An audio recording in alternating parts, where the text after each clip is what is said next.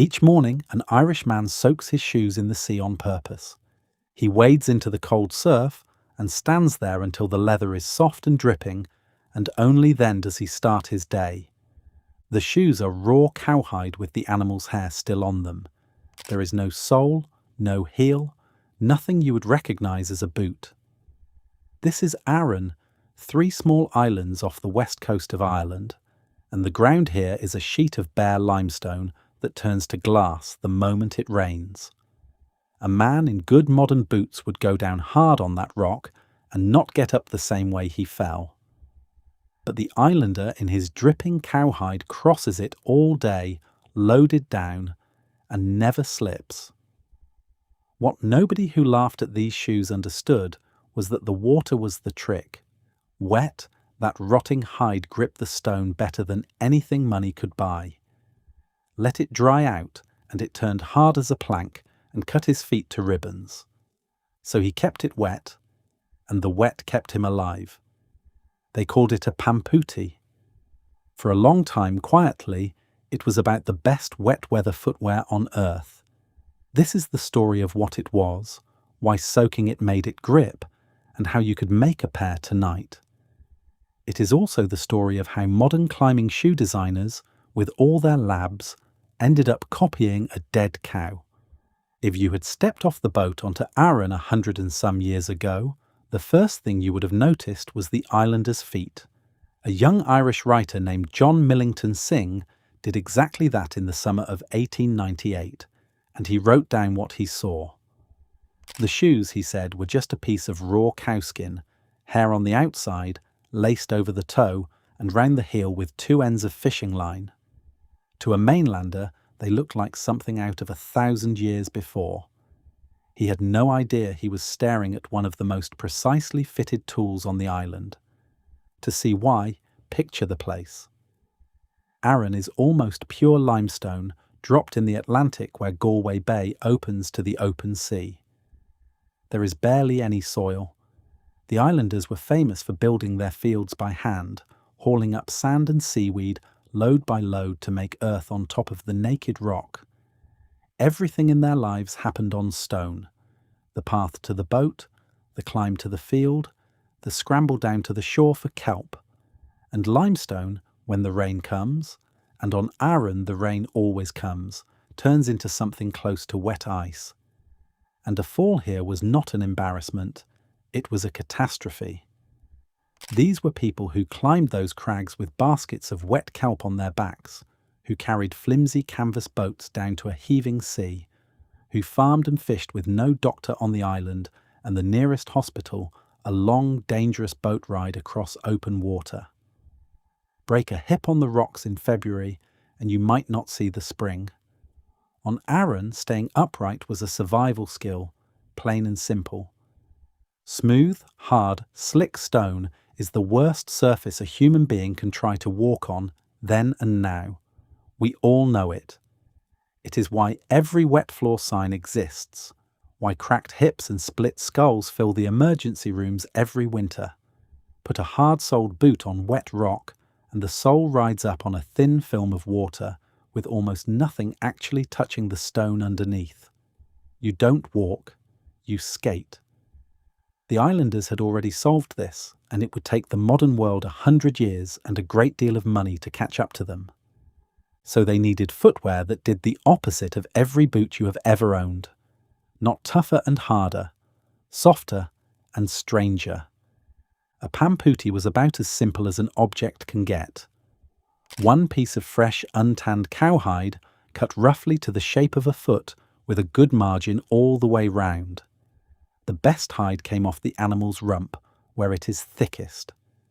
You punched a row of holes around the edge, threaded a cord or a thin strip of leather through them like a drawstring, set your foot in the middle, and pulled. The hide gathered up and over your foot, you tied it across the instep, and that was the shoe. No wooden last, no sole stitch to an upper, no cobbler. A person could make a pair in an afternoon. And this is where the visitors laughed. The hide was never tanned. Tanning is the entire reason your shoes don't rot, and the islanders skipped it on purpose. Raw cowhide left to itself does two things. Wet, it stays soft as a glove. Dry, it shrinks and sets hard as wood. So a pampootie had to be kept wet, always. Singh watched the islanders pull theirs off at night and drop them straight into a basin of water and step into the surf during the day on purpose, so their feet never dried out. And no, I am not making that up. The soaking was not a hardship they grudgingly put up with. The wet was the whole point. And here is the part that makes no sense until you watch it work. A wet pampootie did something on that rock that no boot can do. Think about what is actually happening when you grip wet stone. Grip is just friction, and friction comes from real contact, the actual touching of one surface against the other. A hard, flat, smooth sole barely touches rough rock at all. It rests on the high points, a few specks of sole on a few grains of stone, with water filling every gap in between. That film of water is a lubricant. That is why you slip. Now take a soft, soaked sheet of rawhide with the hair still on it and step on the same rock. The hide squashes down into every dip and bump and crack in the stone. The contact is not a few specks anymore. It is the whole foot, moulded live to the surface like a wet cloth pressed over a hand. The hair breaks up the water film and catches on the texture. And there is no stiff sole to pivot on, so your foot cannot suddenly shoot out from under you.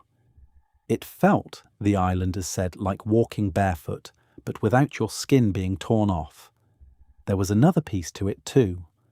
With no stiff sole between you and the ground, you could feel the rock through the hide, every edge and every slick patch of it, and shift your weight before you ever began to go. A modern boot hides the ground from you. A pampootie reported it, live, straight to the sole of your foot. This is the part where the laughing usually stops. What looked like a crude scrap of hide was a deliberately soft, deliberately wet, foot-shaped grip pad, tuned over centuries for one of the most dangerous walking surfaces on the planet. Of course, a shoe you have to keep soaking in seawater comes with a bill. Raw hide rots. A pair of pampooties lasted, on average, about a month before it fell apart, and under hard use, less. That is not a typo. You were essentially walking around in a slowly decomposing piece of a cow, and you would be making the next pair within weeks. It rotted, it stank, it cut your feet the second it dried. And somehow it got worse. It gave you no protection at all from a dropped rock or a sea urchin. By every measure a shoe shop would use, it was a terrible product. And the islanders kept making it, generation after generation, for one reason. On that rock, in that rain, nothing else kept them upright. They had run the numbers 1,000 times with their own ankles, and a fresh shoe every month beat a broken leg every time, which looking back was either backward or the most rational thing on the island, depending entirely on whether you had ever actually fallen on wet limestone. But the strangest thing about the pampootie is not that the islanders trusted it. It is who else, centuries later, would end up trusting the exact same idea. If you have ever wondered why the old, simple way of doing a thing so often turns out to be the clever one, that is the whole reason this channel exists. Subscribe and stick around. We dig up the engineering everyone else walked straight past. The version where the pampootie is just a primitive relic? That is not the full picture. This is where the story stops being about old Ireland and starts being about now. For most of the last century, the people who design serious outdoor footwear have been chasing one problem above all others. How do you grip wet rock? After all the rubber compounds, all the tread patterns, all the lab testing, they arrived right back at the islanders' answer. Soft beats hard. Contact beats tread. Look at a modern rock climbing shoe. The sole is soft, sticky rubber, almost completely smooth, with no deep tread at all, because deep tread shrinks the contact patch and contact is the whole game. Look at what serious anglers strap onto wade-up, slick, algae-coated rivers. Felt. Soft, dull felt, because hard rubber skates on the slime and soft felt holds. Different materials, the same physics the Aran Islanders were running with a wet cowhide and a handful of hair. They had no laboratory. They had dead cattle, hard rock, and a few thousand years in which nobody who fell on those stones could afford to. The Pampootie was not primitive, it was early. And because it was early rather than primitive, you can still make one, today, out of almost nothing. Making one, honestly, takes an afternoon. You start with a single piece of untanned rawhide, the kind sold for dog chews or drum skins, soaked in water until it goes floppy and soft. Stand your bare foot on it and cut around the foot, leaving a generous border, 2 or 3 inches all the way round, more at the heel and the toe. Punch a line of evenly spaced holes along that border, about 1/2 inch in from the edge. Run a leather lace or a strong cord in and out through the holes, all the way round, until both ends come back to the front. Put your foot back in the middle, pull the 2 ends, and watch the hide stand up and wrap your foot on its own. Cinch it snug, lace it across the top, tie it off at the ankle. That is a Pampootie. The only rule that really matters is the one the islanders lived by. Keep it wet. The moment it dries, it will harden and turn against you. Soak it before you wear it, and out on the rocks, let the water in. Made right and kept wet, it will grip a wet boulder in a way that genuinely unsettles you the first time, because every instinct you have is screaming that the soaked shoe should be the slippery one. What you would be making, though, is not just an island curiosity. It is the oldest shoe in Ireland, still being built by hand. Strip a shoe all the way back to its beginning, before soles, before heels, before factories, and you arrive at one piece of hide, folded round the foot and tied on. This is not a guess. The oldest leather shoe ever found, pulled from a cave in Armenia and dated to more than 5,000 years ago, is exactly this. A single piece of cowhide shaped to 1 foot, laced shut with a leather cord. Older than the pyramids, older than writing in most of the world, and built on the very same idea as the shoe a Galway Islander was still soaking in a bucket within living memory. The Pampootie is not a crude copy of a proper shoe. It is closer to the first shoe than anything else that has ever been on your feet. And by a strange turn, one of the teams that helped dig that Armenian shoe out of the ground included archaeologists from Ireland. The Irish had a name for that shoe more than 1,000 years ago. They called it the Aran, and a related word, brog, simply meant shoe. That little word travelled.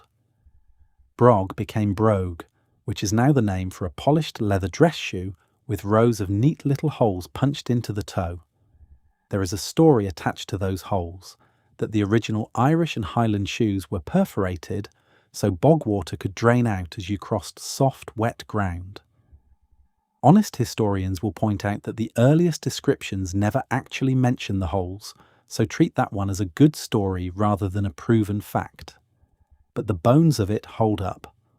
The soft, one-piece hide shoe was what people across Ireland and the Scottish Highlands wore for centuries, to cross exactly the kind of wet, sucking, ankle-breaking ground that hard boots dread. We know they wore them because Ireland's bogs keep handing the shoes back. Peat preserves leather almost perfectly, sealing it away from the air, and turf cutters have pulled soft hide shoes out of the bog centuries after someone lost them in it. Still recognisable, still clearly cousins of the thing on the Aran Islander's foot. The bog did not only swallow the old Irish shoe, it saved it for us. The Pampootie is the branch of that ancient family that hung on the longest. While the mainland moved on to tanned leather and nailed soles, the Aran Islanders kept the old soft shoe alive, because their rock gave them no choice. When the filmmaker Robert Flaherty came out to Aran in the 1930s to shoot Man of Aran, the islanders were still in Pampooties, and his camera caught them on the rocks. On the smallest island, Inishir, people were still making and wearing them within living memory into the second half of the 20th century. A shoe out of the age of myth, on the feet of people who owned radios. For a while, the old shoe and the new world managed to coexist. That did not last. So what finally beat a shoe that had outlasted every empire that ever cast an eye on Ireland? Rubber. The cheap rubber Wellington boot showed up, and on paper it won in a walk. It was waterproof, which the Pampootie never was. It did not rot. It did not need soaking. It guarded your foot from knocks. You bought it once instead of building a new pair every month. For everything except the single thing that mattered most on Aran, it was the better boot, so it took over. But the very thing that made the rubber boot win, its hard, sealed, durable sole, was the thing that made it worse where it counted. On the wet rock, the shiny new boot skidded. Harder sole, less contact, more skid. People traded up to a dry, durable, convenient boot, and the thing they quietly traded away was grip. Some of the old men kept a pair of Pampooties anyway, for the days they had to go down onto the slick rocks for real, because they trusted a rotting cowhide with their necks, and they did not trust the rubber. The shoe itself has very nearly vanished now. A few people on Aran still make Pampooties, mostly to show how it was done, and you will find them behind glass in museums. But the idea inside the shoe never died for a second.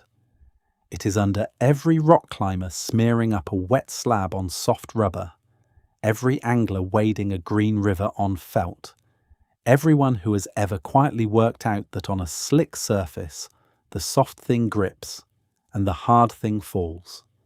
Go back to that young writer stepping off the boat in 1898, looking down at the islander's feet and seeing something 1,000 years out of date. He had it exactly backwards. He was not looking at the most primitive footwear in Ireland. He was looking at the most advanced footwear on the island, the one object on Aran shaped perfectly to the one thing that could kill you there. The men in good modern boots were the ones walking around in the wrong shoes. They simply had not fallen yet. This channel digs up the clever old things we threw away too fast. Which got you most, the wet shoes, the hair, or the 1 month lifespan? Subscribe and keep walking.